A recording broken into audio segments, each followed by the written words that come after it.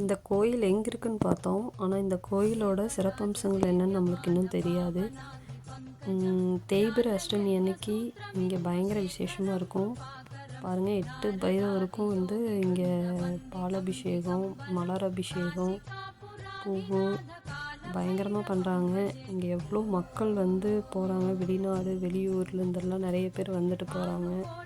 கண்டிப்பாக கோயம்புத்தூர் மக்கள் மிஸ் பண்ணாமல் இந்த கோயிலுக்கு போய் பாருங்கள். நம்ம வேணுனது கண்டிப்பாக நடக்கும்.